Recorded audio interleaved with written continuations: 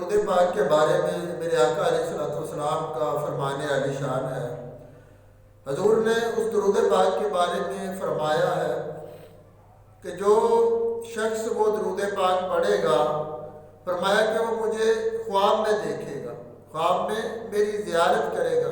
فرمایا کہ جو مجھے خواب میں دیکھے گا کل قیامت والے دن بھی مجھے دیکھے گا، کہ قیامت والے دن بھی پھر اس کی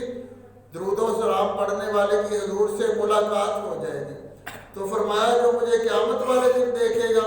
میں وہاں قیامت میدان محشر میں قیامت والے دن اس کی سفارش کروں گا، تو جس کی میرے مصطفیٰ سفارش کریں گے اس کا بیڑا پار ہو جائے گا۔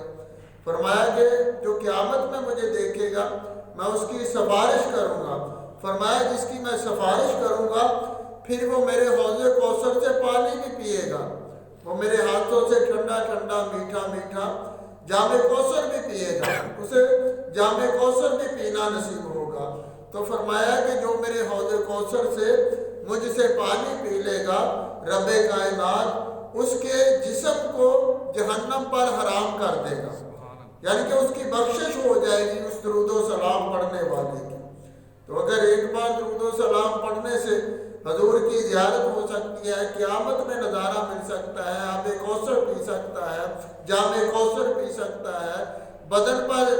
رب اس کے جسم کو جہنم پر حرام کر سکتا ہے، تو جو ساری زندگی درود و سلام عشق و محبت میں جھوم جھوم کر پڑھتا مر گیا تو انشاءاللہ اس کا تو مقام پھر رب جانے یا نبی جانے۔